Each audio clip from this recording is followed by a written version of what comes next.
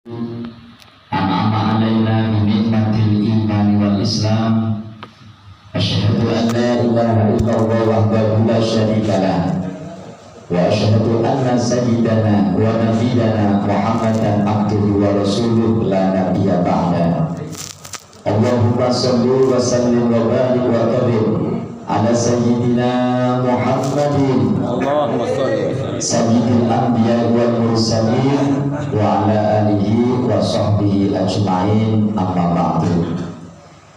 Faqad qala Allah ta'ala fi kitabihil karim wa huwa asdaqul qailin, ya ayyuhalladzina amanu kutiba alaikumus syiyamu kama kutiba alal ladzina min qablikum la'allakum tattaqun. Wa qala aidan inna anzalnahu fi lailatul qadr wa ma adraka ma lailatul qadr. Lailatul qadri khairun min alfi syahr tanazzalul malaikatu war ruhu fiha bi idzni rabbihim min kulli amr salamun hiya hatta matla'il fajr. Shadaqallahul azim.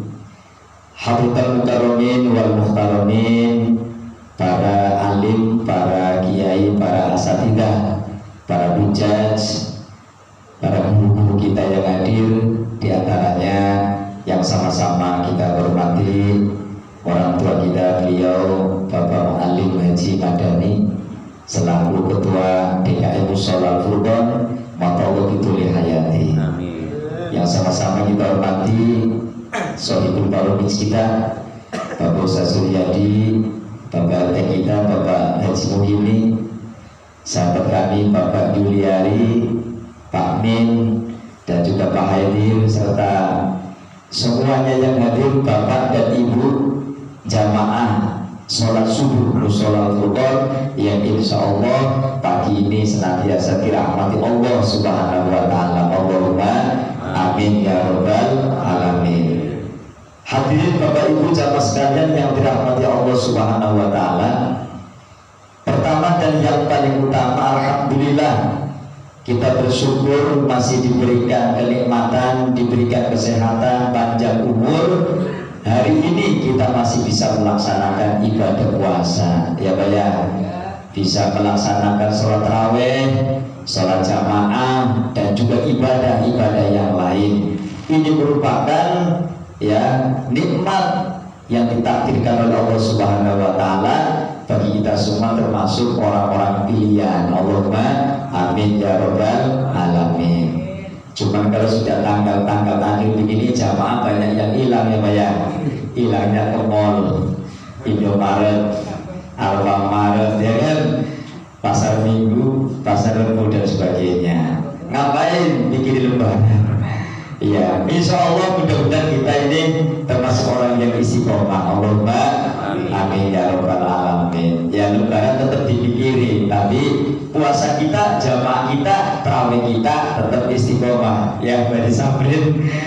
Baik, Bapak Ibu yang dirahmati Allah Subhanahu wa Ta'ala, bicara tentang kemuliaan Ramadan, nanti kita akan bicara juga tentang 10 hari yang terakhir bulan Ramadan, dan juga tentang Lailatul Qadar. Bapak Ibu, memang Allah menciptakan bulan dalam 1 tahun itu ada 12 bulan. Dari 12 bulan itu ada yang Allah istimewakan, yaitu bulan suci Ramadan. Seperti halnya Allah menciptakan hari, dalam 1 minggu ada 7 hari.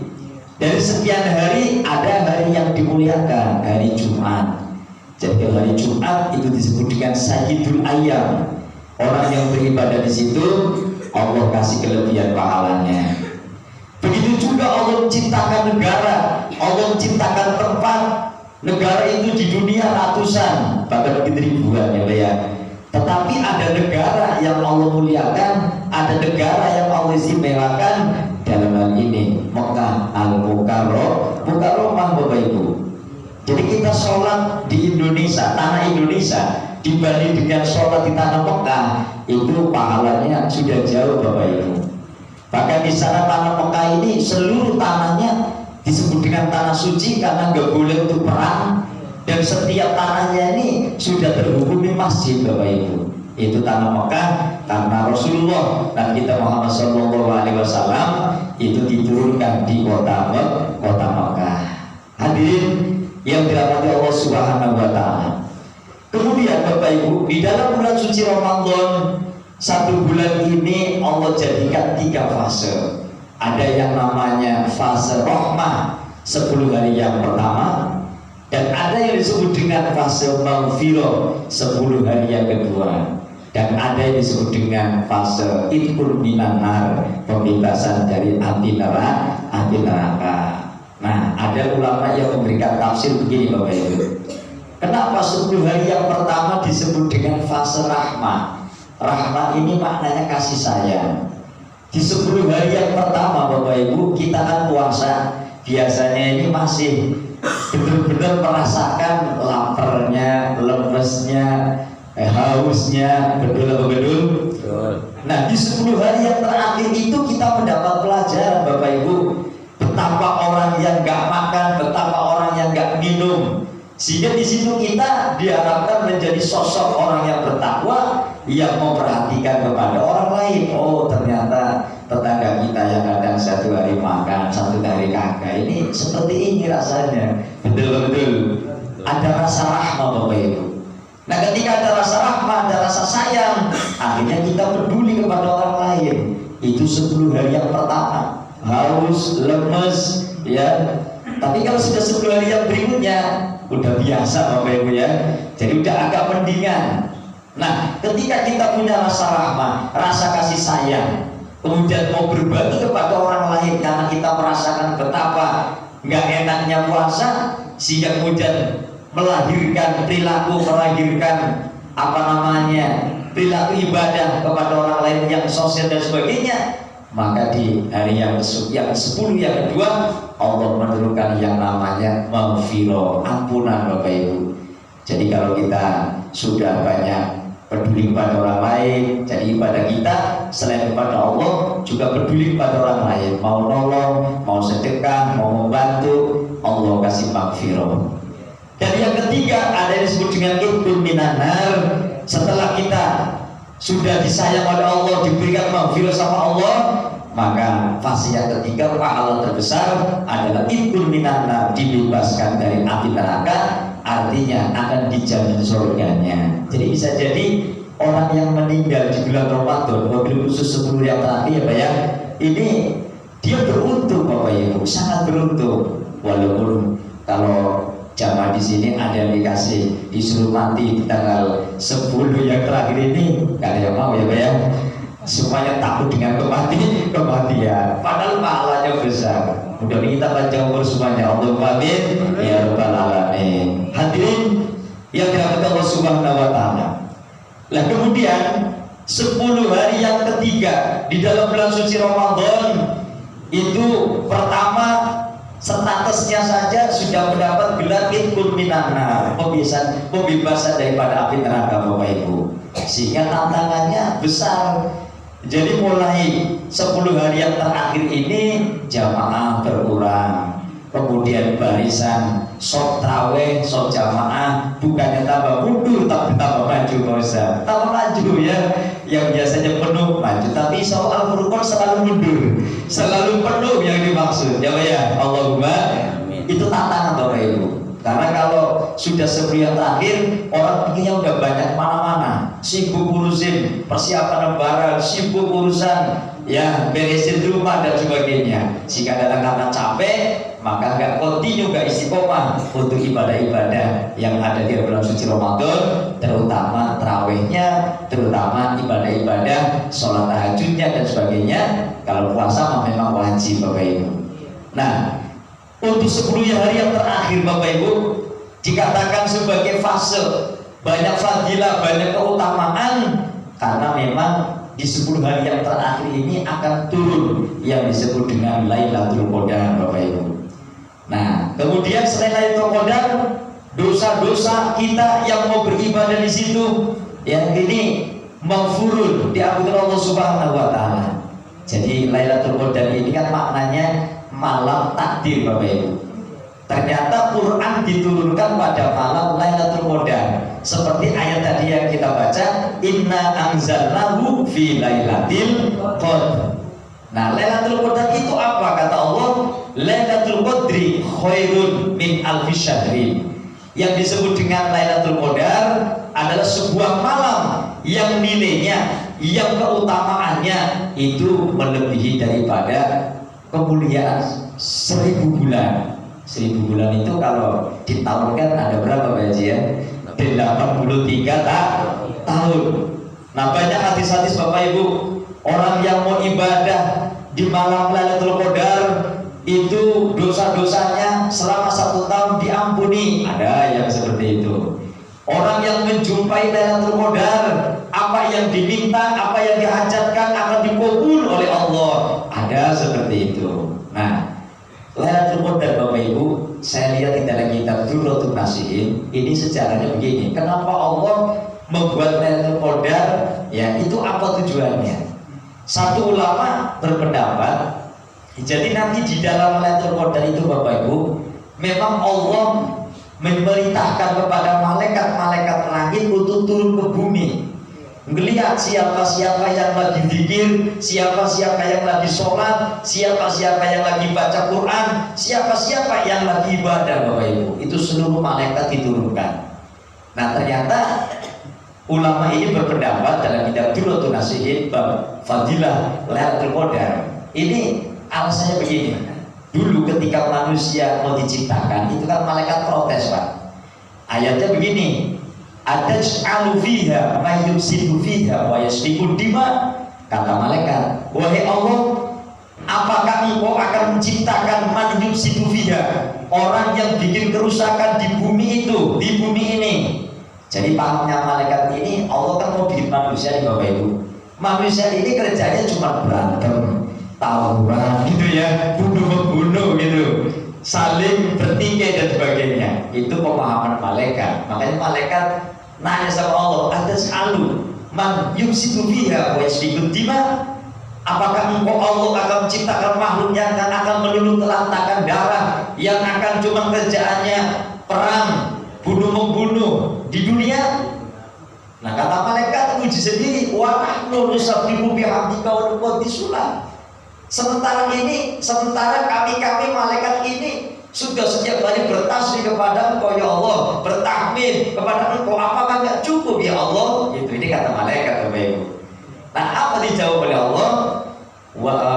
Selanjutnya ya, atas alufiha ayusidu fiha wa yusriku dima wa nahnu nusabbihu bihamdika wa nuqaddisulah. Jawabannya Allah, qala inni a'lamu ma la ta'lamun. Malaikat, ini a'lamu, aku lebih ngerti, aku lebih tahu daripada kamu. Ini kata Allah. Jadi ini awal Allah akan ciptakan manusia. Ini malaikat protes Pak. Ya Allah, orang aku aja udah, ini makhluk-makhluk yang terbaik, tiap hari membaca tasbih, tiap hari baca tahmid, tapi gak kawin gitu ya. Malaikat gak kawin Bapak Ibu, karena malaikat itu gak punya nafsu. Malaikat itu diciptakan oleh Allah, ya dari mulai awal menciptakan sampai nanti hari kiamat, ibadah ya ibadah terus, yang disuruh sujud terus, yang disuruh jaga surga terus, yang disuruh jaga neraka ya neraka terus. Malaikat Malik, dan beliau gak pernah mengusulkan pensiun dini untuk gak jaga neraka lagi. Ya Allah, gak enak jaga neraka ternyata, karena di neraka kan orangnya serem-serem kan gitu ya. Kalau malaikat tidur masih mending jaga surga, semuanya kan monggo gitu kan, silakan masuk, apa yang akan layani gitu ya. Jadi enak-enak semua di surga Bapak Ibu. Nah, kalau neraka ya udah kumisnya kayak campang, kayak Pak Haji ya, kumisnya tebel ya, matanya blotot begitu ya, wajahnya serem. Itu penduduk neraka. Nah, malaikat itu tahu Bapak Ibu, gak kayak manusia. Kalau manusia itu pasang surut, kalau imannya di atas, ibadahnya rutin. Kalau imannya lagi di bawah, lupa. Itulah manusia Bapak Ibu. Karena manusia kan dikasih akal untuk menerima ilmu, dikasih hati sebagai sentral kesadaran kepada Allah Subhanahu wa Ta'ala, dan dikasih hawa nafsu. Nah, hawa nafsu ini ada 2 jurusan. Kalau hawa nafsunya lebih didominasi oleh pemikiran-pemikiran hal yang negatif, ya sukanya maksiat terus, sukanya melanggar terus, itu hawa nafsu yang negatif, Bapak Ibu. Nah, kalau yang positif, ya selalu berbuat baik, sholat rajin, ngaji rajin, kerja bener. Nah, itu kalau hawa nafsunya, hawa nafsu yang didominasi dengan hawa nafsu yang baik, itulah manusia, Bapak Ibu. Oleh karena itu, ketika manusia itu seperti Nabi dan Rasul, Bapak Ibu, Nabi dan Rasul ibadahnya udah gak ada ukurannya. Nabi dan Rasul ibadahnya itu sudah sangat totalitas kepada Allah, Bapak Ibu. Maka ditanyakan oleh ulama, apakah seorang Nabi dan Rasul dengan malaikat derajatnya lebih tinggi? Malaikat, ya Allah, bukan. Yang lebih tinggi Nabi dan Rasul. Karena apa? Tantangannya lebih berat, Bapak Ibu. Jadi manusia ketika ibadahnya rajin, ibadahnya sungguh-sungguh, totalitas, ini malaikat aja kalah, Bapak Ibu. Ya kalau malaikat mah taat terus, gak punya nafsu. Malaikat rajin terus, dia taat sama Allah, gak pernah melanggar. Maklum, dia gak dikasih hawa nafsu, ya. Sama perempuan janda lewat aja gak ngelirik-ngelirik gitu, Pak. Nah kalau kita kan kadang-kadang ngelirik gitu ya, mata kita, Pak Haji, ya. Nah, jadi kalau malaikat enggak, Bapak Ibu. Memang Allah ciptakan seperti itu. Nah, hadirin, jadi latar belakang asbabun nuzul Allah ciptakan yang namanya Lailatul Qadar, itu Allah ingin menunjukkan, Bapak Ibu. Dulu malaikat protes bahwa malaikat menganggap manusia-manusia itu di dunia kerjaannya cuma perang, bunuh-membunuh, ya, meluluh lantakan darah, bermusik dan sebagainya. Nah, sekarang malaikat suruh turun ke dunia, suruh turun ke bumi mulia, ya, supaya apa? Oh, ternyata di bumi ini banyak manusia-manusia yang taat, orang-orang yang dia muslim, apa Allah, yang pada sembahyang tahajud, sembahyang hajat, ya. Oh, ada Haji Lufi ya, mohon maaf Haji, nggak lihat tadi Haji, ya. Ahlan wa sahlan Haji. Nah, jadi itu untuk menunjukkan bahwa biar malaikat itu tahu, itu satu sejarahnya begitu, Bapak Ibu. Ini pendapat yang pertama. Nah, pendapat kedua, Bapak Ibu, ya, mudah-mudahan nanti ada yang jawab cukup, Pak Ustaz, ya. Ya, sejarah kedua, Bapak Ibu, ini menurut ulama begini. Zaman dulu ada seorang waliullah yang namanya Syamsun Al-Ghazi, Bapak Ibu. Syamsun yang kemudian difilmkan di Indonesia menjadi Samson Betawi, begitu ya. Dulunya itu Syamsun Al-Ghazi. Syamsun ini seorang waliullah, Bapak Ibu.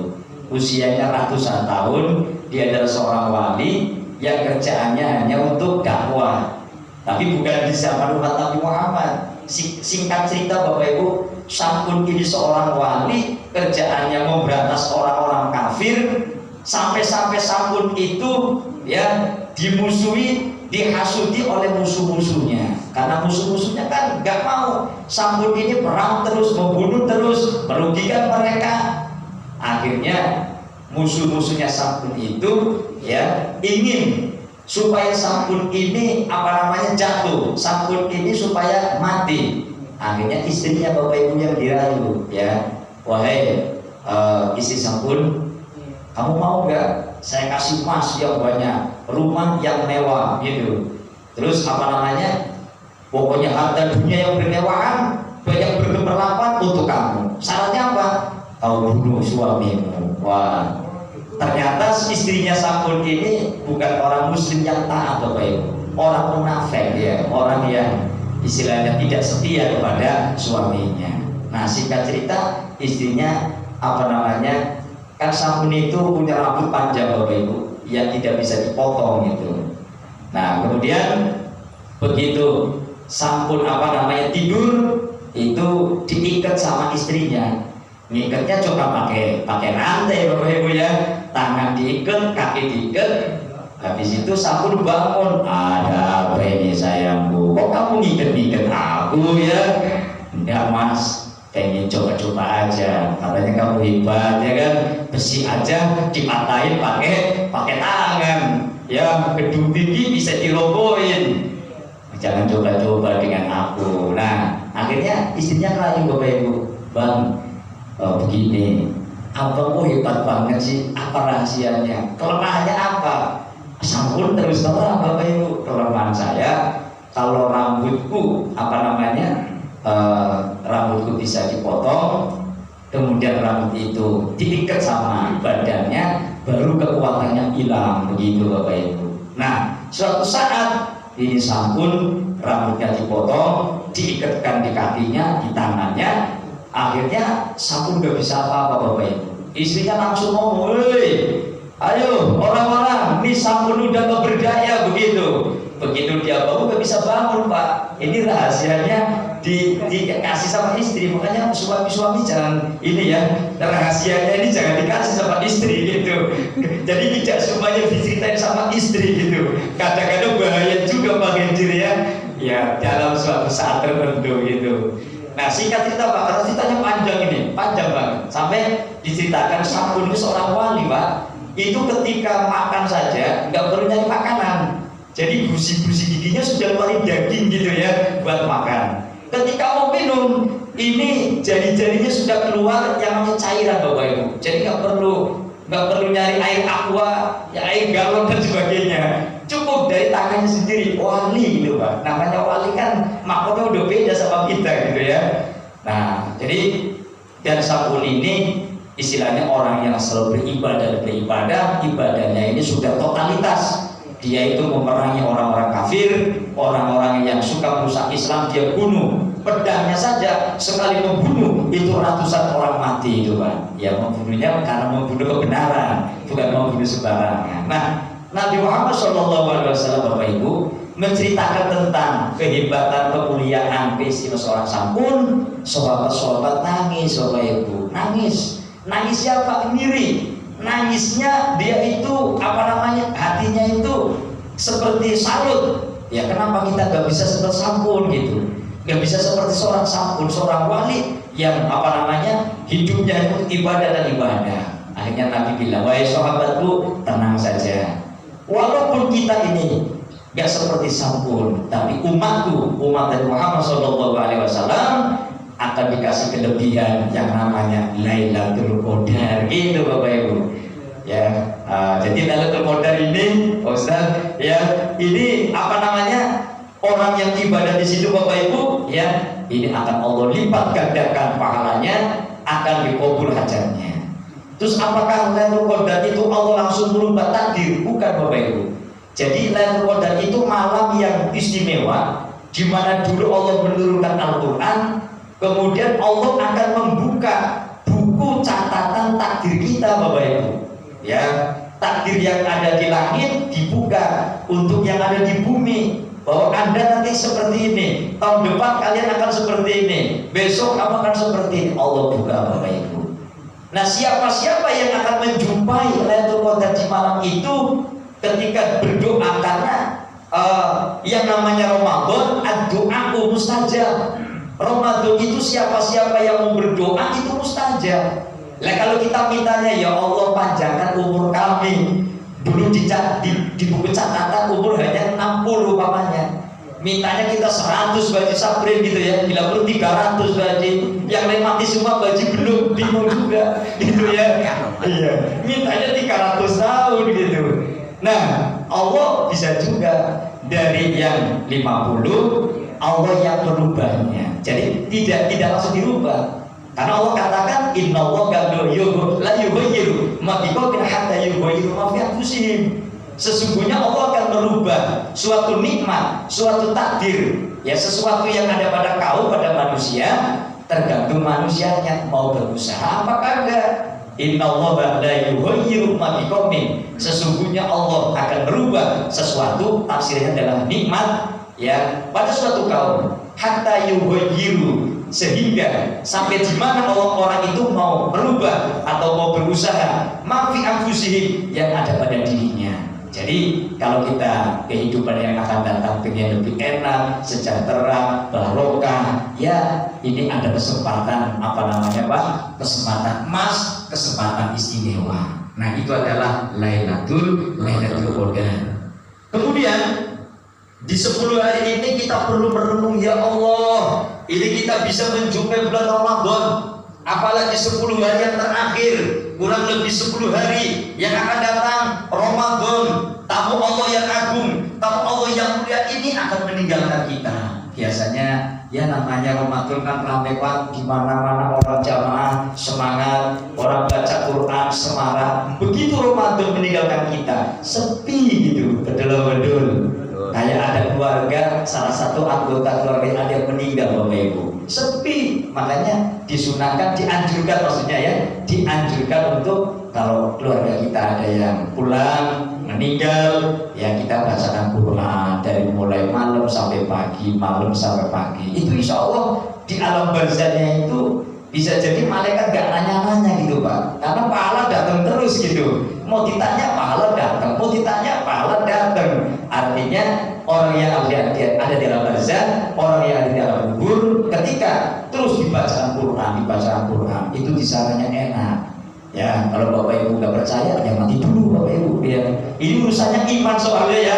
Kalau nggak percaya mati dulu, tapi habis mati nggak bisa balik lagi kalau furqan begitu ya. Itu hadirin dari rahmat Allah Subhanahu Wa Taala. Kembali, jadi bahwa kita tafakur kepada Allah, kita merenung, ya Allah, ini Ramadan sudah mau habis, Ramadan sudah mau meninggalkan kita. Apakah tahun depan kita bisa menjamin kita bisa menjumpai Ramadan lagi? Betul apa betul Pak?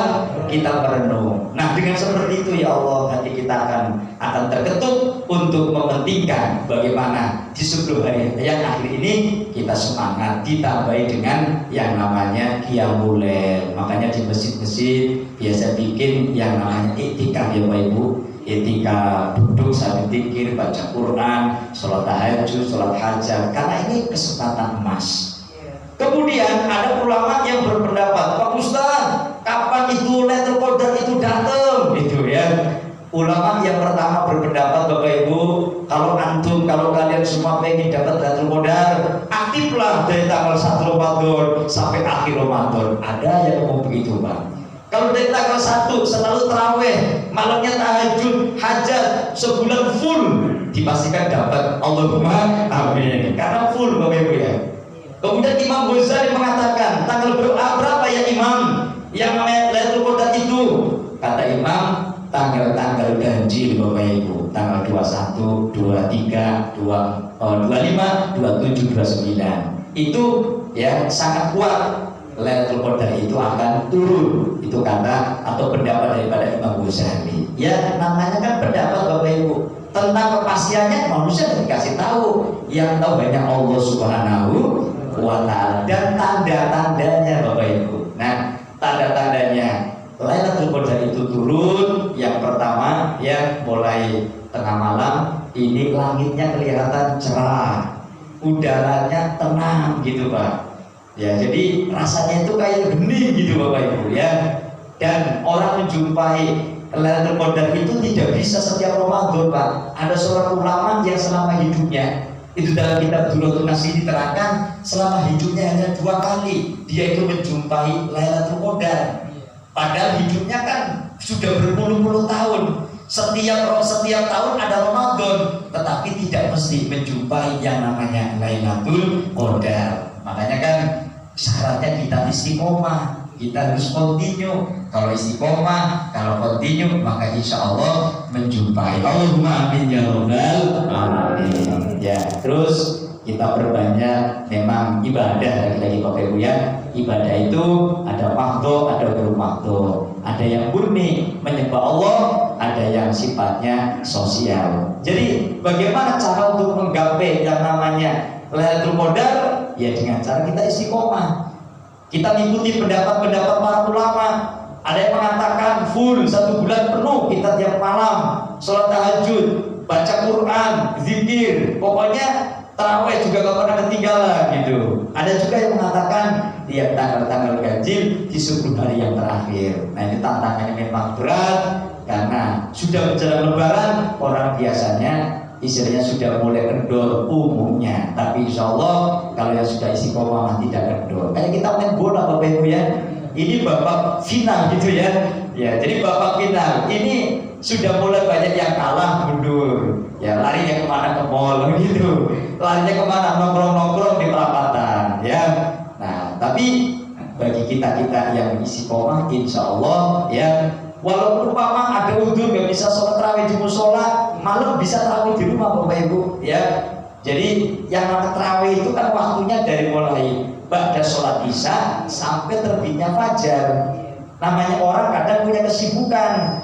Kalau kita suatu saat nggak bisa menjumpai tarawih, di umumnya orang pada tarawih ba'da isya, ya kita jangan tinggalkan total. Mungkin jam 10, jam 11, 12 atau jam 1, jam 2 nggak masalah. Kita tarawih sendiri ya. Jadi yang penting tidak meninggalkan, karena tarawih ini hukumnya sunnah muakkadah untuk mendukung, untuk menyempurnakan puasa kita. Jadi kalau kita pastikan kamu sholat terus, namanya orang kadang-kadang punya sibuk, punya undur ya Bapak Ibu ya. Maka saya juga sering ngomong pada jamaah, mari kita tarawih itu jangan sampai ditinggalkan, walaupun itu bukan fardu ain, walaupun bukan wajib, sunnah muakkadah. Sunnah muakkadah, sunnah tapi sangat-sangat dianjurkan oleh syariat. Andaikan kita tidak sempat pada jam-jam umumnya orang pada tarawih, sholat isya langsung, ya malam kita tarawih nggak apa-apa, karena waktunya itu masih ada, panjang begitu. Hadirin yang dirahmati Allah Subhanahu Wa Taala, yang terakhir sebelum barangkali nanti ada tanya jawab, mari Bapak Ibu kita di dalam melaksanakan ibadah puasa, kemudian menjalani daripada Ramadan, mudah-mudahan sesuai dengan tujuan Allah Subhanahu Wa Taala. Allah menciptakan bulan Ramadan, Allah mewajibkan kita semuanya, pada endingnya adalah la'allakum tattaqun, agar kita menjadi orang yang takwa kepada Allah Subhanahu Wa Taala. Jadi takwa itu nanti setelah kita puasa, akhlak kita tambah baik, ibadah kita tambah meningkat. Bukan berarti habis Ramadan jamaahnya malah tambah maju gitu ya. Itu umum Bapak Ibu ya. Mudah-mudahan kita enggak. Secara individu, secara pribadi, setelah kita memasuki Ramadan, kita tambah meningkat. Keyakinan kita tambah mantap, istiqomah kita tambah meningkat, jangan sampai kendor. Apalagi yang usianya sudah mulai tua, 40, 50 ke atas, ini harus banyak tafakur. Karena orang apa sih Bapak Ibu yang akan ditunggu-tunggu? Cuman kematian. Orang mati, harta dunia, harta benda, jabatan, apapun statusnya, semua lepas. Yang akan menemani hanyalah amal ibadah kita di dunia. Betul. Dunia mazra'atul akhirah. Tapi yang namanya dunia sebagai wasilah, sebagai perantara untuk beribadah kepada Allah. Ya walaupun orang mati, orang meninggal nggak bawa harta dunia, tapi harta dunia ini sebagai alat ya Bapak Ibu. Nah kita kan bangun musola, apakah nggak butuh duit? Ya butuh duit. Duit itu harta dunia kita jadikan sebagai sarana ibadah. Karena dunia adalah mazro'ah. Mazro'ah itu kebun. Siapa-siapa yang rajin nanam, ya bakal petik. Nah kalau kita nanam aja kagak, betul. Nanam aja enggak, mengharapkan petik ya nggak bisa. Dunia mazra'atul akhirah. Dunia itu tempat cocok tanamnya kita beramal di dunia, yang akan bertemu, yang akan berjumpa di akhirat. Nah mumpung kita masih dikasih sehat, panjang umur, mari ya, apakah ibadah yang wajib, yang sunnah, dan semuanya sebagai bekal besok di alam akhirat. Amin ya rabbal alamin. Nah mudah-mudahan nanti kita menjadi orang yang muttaqin, ya ibadahnya tambah meningkat, amal sosial tambah meningkat, dan Allah mudah-mudahan memberikan rezeki kita yang berlimpah. Allahumma amin ya rabbal alamin. Ya namanya rezeki kan semua sudah dibagi-bagi Bapak Ibu, tergantung bagaimana kita kemudian menjemputnya, begitu ya. Allah sudah kasih bagian, tapi kita juga dikasih kesempatan untuk berlomba-lomba ya untuk menjemput rezeki itu, dan rezeki itu adalah sebagai sarana ibadah kita juga ya di alam dunia. Baik Pak Ustadz, mungkin segini dulu, barangkali ada pertanyaan ya. Silakan. Ya kalau nggak ada ya tutup doa. Iya. Saya tanya saya. Oh iya Pak Ustadz. Ya jamaah ya. Iya. Bismillahirrahmanirrahim. Assalamualaikum warahmatullahi wabarakatuh. Waalaikumsalam. Ustaz, saya ingin menanyakan, Iya, karena Ustaz. ini bulan puasa adalah wajib. Iya. Puasa selama kita jalani sudah 19 hari, Betul. mau ke 20. Iya. Lalu ketinggalan yang batal 2 hari. Iya. puasa kita 17, kurang 2 hari di batal. Iya. Yang saya tanyakan, ini apakah lebih wajib kita bayar di bulan puasa apa setelah bulan puasa? Iya. Mohon jawabannya Pak Ustaz. Terima kasih. Iya, terima kasih. Jadi intinya ini orang yang batal puasanya ya Pak ya. Iya. Ya, Pak Ustaz, ya jadi batal puasanya. Berarti kan wajib qadha, Pak. Iya, iya. Ya. Puasanya betul. Jadi orang yang di dalam puasa, di dalam bulan suci Ramadan, puasanya ada yang batal. Batal bisa disengaja, bisa karena dalam kondisi sadar, atau dia nggak hati-hati gitu. Maka qadha puasanya nanti Pak Ustaz, setelah bulan Syawal maksudnya.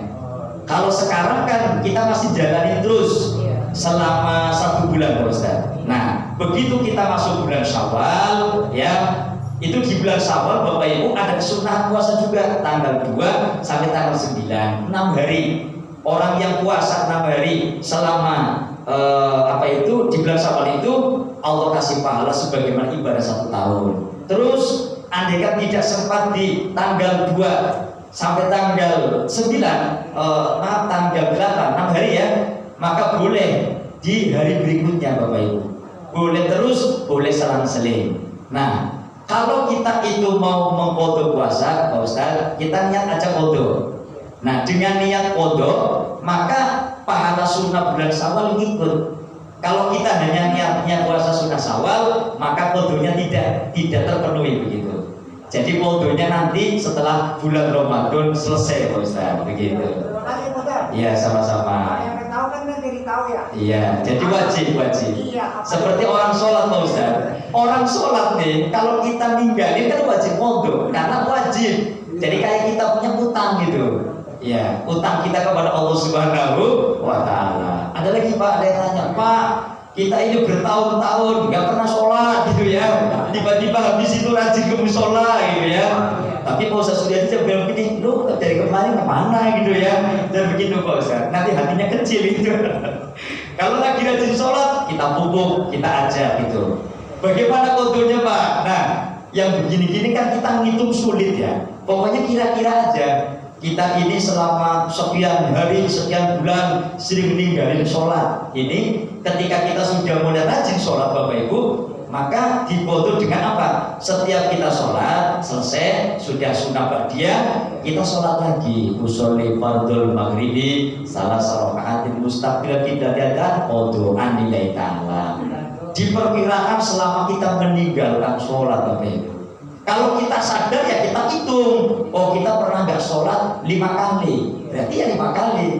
Nah ini maksud saya kadang-kadang ada setahun 2 tahun dia kan hidupnya masih gimana gitu ya. Islam ngerti bahwa sembahyang itu wajib gitu ya, tapi nggak sembahyang, nggak sholat. Ya qadhanya seperti itu, pakai keyakinan gitu. Baik, untuk puasa begitu Pak Ustaz. Ya wajib qadha itu lunasin gitu ya Pak ya. Dan niatnya Pak Ustaz itu wajib nginep. Jadi kalau kita mau mengqadha puasa wajib, itu nggak kayak puasa sunnah Pak. Kan puasa sunnah banyak nih Pak. Nanti Senin, Kamis, puasa sunnah Syawal, puasa sunnah bulan Rajab, puasa sunnah bulan Maulid, puasa sunnah bulan Syaban. Ini sunnah-sunnah. Nah kalau puasa sunnah itu niat jam 6, jam 7 aja nggak apa-apa, selama ketika adzan subuh fajar itu terbit kita nggak makan apa-apa, nggak minum apa-apa. Atau pada subuh suami istri kagak barengan baji, karena barengan batal Pak Ustaz, ya kan? Iya, jadi mama jam 6 udah sarapan, jam 7 baru niat puasa sunnah, ya bisa, nggak sah maksudnya. Kalau yang namanya puasa wajib nginep Pak. Kayak ini kita kan Ramadan nih, dari mulai maghrib Pak, tidak harus menunggu baca isya, batas raweh. Kita udah buka, langsung hatinya niat. Saya niat besok mau puasa Ramadan, sudah sah. Walaupun kita baca tarawih nggak ucapin nawaitu soma hudin anadai, itu mah untuk ngingetin aja, ngelafalinya sunnah yang wajib di hati. Karena aniyatu fil qalbi, niat itu ada di dalam hati. Dimulai kapan? Min ghurubi syamsi, dari mulai terbenamnya matahari masuk waktu maghrib, ya ila tuluil fajri, sampai terbitnya fajar. Jadi di waktu malam kita udah wajib niat Pak Ustaz. Terus bagaimana Pak Ustaz kalau di waktu malam kita lupa niat? Lah kalau lupa niat Pak, paginya tetap wajib puasa, tapi nanti di bulan Syawal wajib wudu, Pak. Karena puasa kita tidak dianggap sah gitu. Oh gini, tidak bisa dianggap sebagai memenuhi kewajiban. Kenapa wajib puasa, Pak Ustaz? Karena Ramadan adalah bulan yang wajib dipuasai begitu. Karena niat adalah rukun puasa adalah satu niat, yang kedua al-imsak menahan, ya al-mutilatis syam. Yang namanya puasa rukunnya satu niat, yang kedua menahan segala sesuatu yang membatalkan puasa dari mulai terbitnya fajar sampai terbenamnya matahari, itu puasa. Nah kalau ada orang puasa rukunnya ada yang tertinggal, contohnya niat, maka puasanya wajib dijalanin, tapi dia dianggap tidak puasa, Pak. Tapi wajib puasa. Kenapa? Lil hurmah, untuk menghormati bulan Ramadan. Makanya kalau malam jangan sampai lupa niatnya, Bapak Ibu. Tapi ada tambahan. Untuk mazhab Syafi'i mewajibkan niat itu ya dengan cara minum. Dan mazhab yang lain itu membolehkan menjamak, Bapak Ibu. Ketika kemarin kita di awal bulan Ramadan, itu gini, malam pertama kita tetap niat bahwa besok kita akan puasa Ramadan, mazhab Syafi'i. Lah mazhab Hanafi membolehkan dijamak. Jadi malam pertama kita niat, saya niat puasa Ramadan selama 1 bulan penuh begitu. Lah ini kalau kita suatu saat terjadi ada yang lupa, maka kita tetap puasanya sah, tidak dianggap hanya menghormati bulan puasa saja, nggak ngodo gitu. Pak Ustaz, kalau nanti malam kita niat jamak bagaimana? Udah kasepan, udah terlambat Pak Hedir. Kalau mau menjamak itu malam pertama itu. Kemarin ada yang Ustaz ya. Alhamdulillah. Kalau di waktu malam pertama sudah menjamak, Pak, kalau suatu saat kita lupa niat, berarti kita tetap wajib puasa dan tidak wajib wudu. Tapi kalau enggak menjamak niat selama 1 bulan, ya kita berpuasa Ramadan, kalau lupa ya sudah, berarti resikonya karena aturannya begitu, puasa tetap puasa, tapi nanti bulan Syawal, bulan Dzulqa'dah atau bulan berikutnya kita wajib wudu sesuai dengan yang ditinggalkan. Pak Ustadz, bagaimana kalau orang yang ibu-ibu lagi nyusuin atau lagi habis melahirkan atau lagi hamil, dia badannya itu nggak mampu untuk puasa, apakah boleh berbuka puasa? Boleh, ya boleh. Tapi ada dua, kalau dia meninggalkan puasa karena khawatir dirinya itu fisiknya badannya sakit, ya maka besok ketika bulan Syawal dia wajib wudu saja. Tapi kalau dia meninggalkan puasa karena khawatir dirinya sakit dan bayinya juga sakit, maka ada dua, Pak, puasanya wajib wudu dan bayar fidyah begitu. Jadi ibu-ibu kalau mamanya lagi hamil atau menyusui memang benar-benar nggak kuat ya, tetap anjurannya tetap puasa. Andai kan nggak kuat, maka niat saja bahwa dalam rangka menjaga diri sendiri, nggak usah khawatir bayinya. Bayi itu mau urusan Allah Subhanahu wa Ta'ala. Jadi kalau meninggalkan puasanya karena hanya khawatir kepada diri sendiri, maka wajibnya hanya mengkodok puasa, tidak wajib membayar fidyah. Fidyahnya 1 mud, 1 hari 1 mud. 1 mud berapa Pak Ustaz? Kurang lebih 1 kilo beras begitu. Baik, Pak Ustaz, ada lagi silakan. Silakan kalau ada lagi yang mau. Iya, yang terkait puasa atau Ramadan. Silakan Pak. Assalamualaikum warahmatullahi wabarakatuh. Waalaikumsalam Pak. Niat. Iya. Karena sempat jadi perdebatan waktu saya nulis motor. Karena niat itu kan ada yang secara di dalam hati. Iya. Ada juga secara lisan. Betul. Nah, kalau seumpamanya kita lupa niat, tapi orang itu sahur gitu. Sahur. Apakah itu sahur termasuk niat berpuasa atau enggak? Oh iya. Gini Pak. Sebenarnya kalau kita perinci hukumnya, kalau niat itu kan rukun ya Pak ya. Niatnya rukun, kalau puasa itu hukumnya sunnah. Jadi sahur itu tidak wajib Bapak Ibu. Ya sunnah dan mengandung berkah. Ketika kita hanya sahur-sahur saja gitu Pak, hatinya itu kosong, dalam arti kata seolah-olah kayak tidak ada tujuan puasa gitu, maka tetap saja dia tergolong orang yang meninggalkan niat Pak. Artinya meninggalkan rukun gitu. Karena sahurnya sendiri itu hukumnya sunnah. Iya. Maka ya namanya niat kan kita memang konsentrasi ya, bahwa hati kita ini bahwa besok saya niat atau besok saya mau puasa Ramadan karena Allah. Ya itu namanya niat itu Bapak. Jadi kalau murni hanya cuma sahur saja, berarti niatnya tertinggal Pak. Jadi memang benar-benar disengaja gitu, al-qasdu, disengaja bahwa kita itu hatinya ada tujuan besok kita mau puasa begitu. Cuma kadang-kadang sulit ya Pak ya membedakannya. Membedakannya gini, orangnya sahur, besok ingat ada puasa begitu. Ya, tapi ya harus ditakim Pak, harus ditakim itu harus dijelaskan. Hati kita ini mantap bahwa besok saya mau puasa karena Allah.